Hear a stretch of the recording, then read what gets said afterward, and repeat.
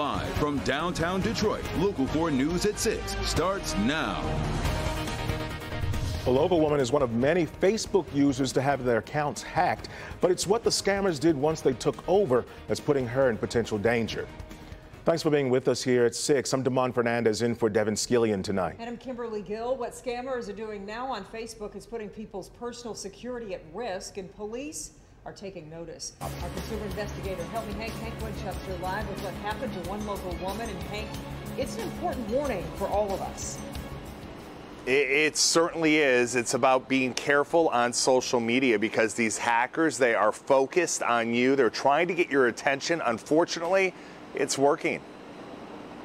Facebook, it's how we connect with friends and family. We've been doing it for years, but now it's how scammers are working to trick you and those viewing your page. It happened to Karen Inman of Belleville. It was upsetting and I felt violated, very violated. Karen started getting messages from strangers on her Facebook account like this one. What is the address to pick up the furniture? I'm Tom who left the deposit. She responded, what furniture? Soon she realized, looking at her page, that her account had been hacked. The scammers listing items for sale that she knew nothing about. There was nothing I could do, and I knew these people were getting scammed, and I felt helpless. But then scammers took things one step further, contacting her actual friends on Facebook, asking for money. And unfortunately, one friend took the bait. It said, you know, can I borrow $200 until tomorrow? And then he tried calling me and didn't get a hold of me, so he just went ahead and sent the money. Those who've been scammed now angry, coming after Karen, thinking that she was a part of this scam. She clearly was not. So what can you do to protect your page? Check your security settings on Facebook and set up two-factor authentication. How important is it, do you think, to set those up and to pay attention to all of that stuff? Well, obviously very important. And be careful who you respond to. Karen realized that her account was hacked because she responded to a message from someone who also had been hacked. I just assumed it was her. And so I got that code and sent it to her. But she was the one that was hacked. We've reached out to Facebook regarding Karen's account. She just wants her old Facebook page back. This is just important information, a reminder for you to be really careful online and check those security settings and the options because they vary from app to app and website to website.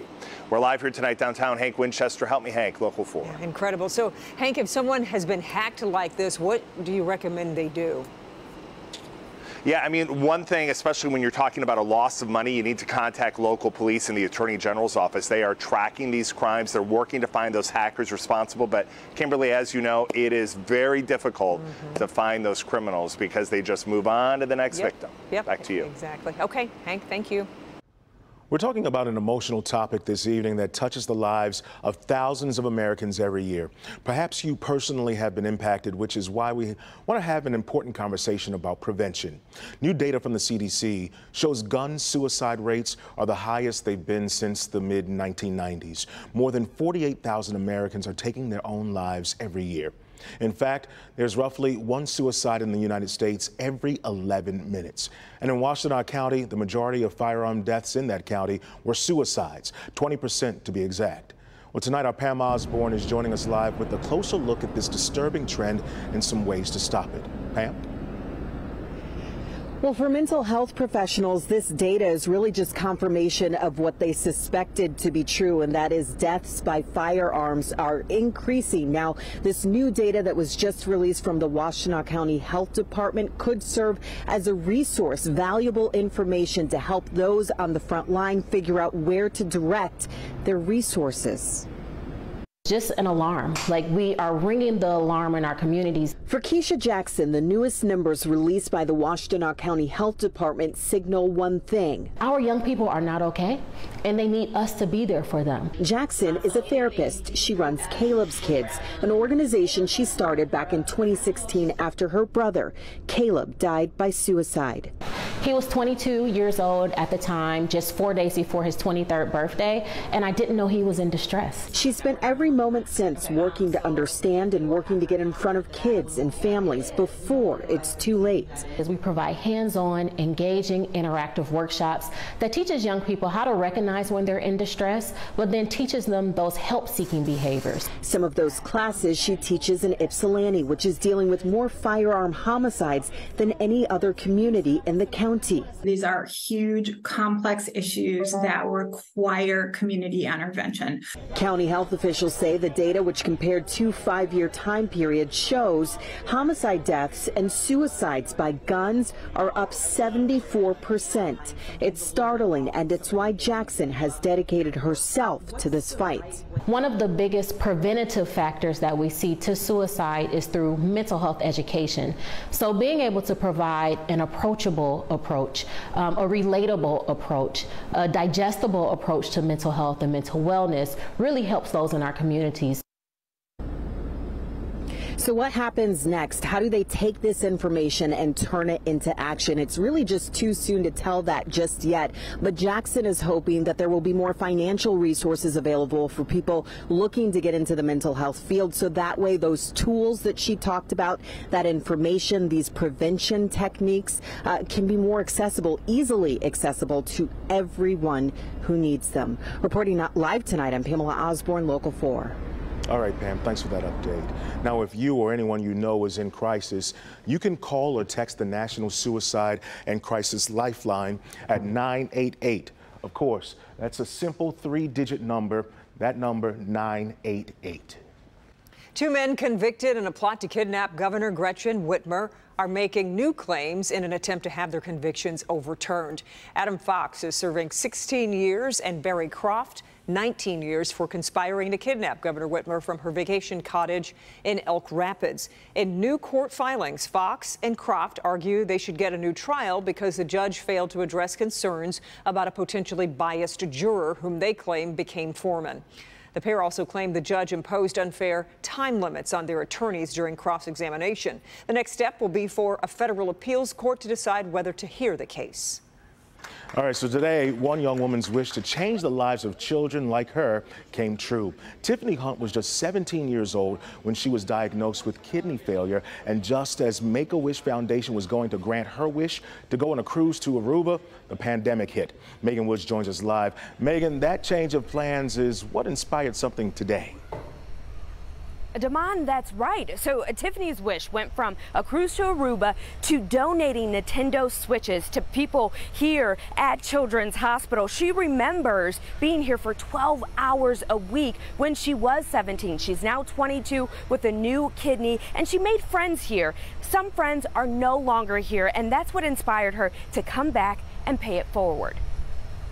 I know she was bored because I was bored. Tiffany Hunt is in tears thinking about the friend she made here at the Pediatric Dialysis Center who's no longer here. I spent a lot of time with her and her grandmother outside of the hospital, and her grandmother would talk to me and my mom a lot. So it was kind of hurts here that she passed away. In her memory, she decided to make sure no other child would sit here with the same boredom and changed her wish to donating Nintendo Switches. There are at least 5 Nintendo Switches that'll be here for when children come for their treatments. And it's loaded with all the latest games from ages 2 and up. So any child, you know, depending whatever your age is, you'll find something on there that you'll enjoy. And while it seems like it's just a video game, it goes a long way for these young patients. It inspires me to want to keep striving in order to give back to people just like me, and I hope that someday I can accomplish it. Do a lot of after school activities because they have to come here, they're missing out on classes, and so playing a game while you're here just lets them be a kid again, and they don't have to worry about anything else. They can play against each other, they can play tournaments. This is something they'll take with them forever. It's not just today. It'll really just knowing that somebody cared enough about them to provide this for them. And Make-A-Wish Foundation here in Michigan says they are granting more wishes than ever. If you want to help them out, you can visit clickondetroit.com. We explain how you can do that. And as for that Aruba cruise, well, Tiffany says that now she's better and she's, has a job that she can pay for her own cruise. Why not come back here and give back? Back to you. What an inspiring story. Thanks, Megan. Nice. Demand has pushed summer airfares higher, and travelers are getting creative in hopes of spending less. A popular airfare hack has recently been in the spotlight for potential savings, but experts say it's not worth it. For air travelers, a direct flight isn't always the cheapest route. Travelers tend to want shorter itineraries, so they're willing to pay more for direct flights. That's left some passengers tempted to try a risky travel hack called skip lagging or hidden city ticketing. It's when a passenger purchases a cheaper ticket with a connection in their desired destination city and they skip out on the final leg. You notice that if you book a trip actually to Orlando with a stop in Miami, you can get that ticket for $80.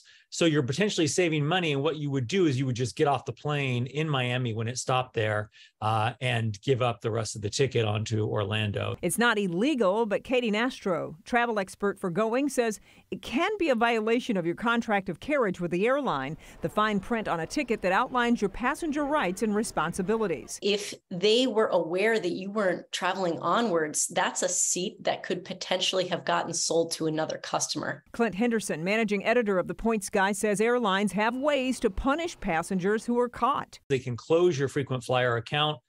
They could kick you off the flight potentially and make you buy a last-minute one-way fare, or they could ban you from the airline. It's especially tricky during unpredictable summer travel, where a weather diversion could take you farther off course and cost you more money than you've saved.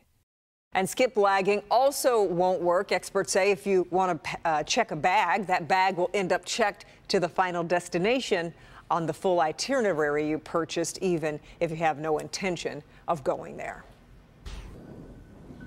Kim, I'm still psyched about how nice it is outside. We want to talk about that more today. Yeah, isn't it beautiful? It is such a nice evening here in Metro Detroit. No matter what you're doing, taking the dog for a walk, eating dinner outside, coming down to the Pink concert, it's going to be a great night with mostly clear skies, no chance of rain. Temperatures dropping down into the low 70s by 10 o'clock tonight and the upper 60s by midnight. Nice and pleasant, a little warm, but not too bad. 78 in Pontiac, also in Mount Clemens, 79 Metro in the warm spot downtown, of course, at 81 degrees. 16 degrees warmer right now than it was this same time yesterday in Pontiac and Port Huron, 14 degrees warmer in Mount Clemens and 13 degrees warmer in Ann Arbor and also at the airport. We do have to talk about the risk for severe weather tomorrow, not tonight, but tomorrow, coming in a little earlier than our last few severe weather events. This will be more of an after lunch into the early evening hours, and we're at a level 1 threat. That's a marginal threat level with wind and hail being the two things we're most concerned about. We'll talk more about that coming up.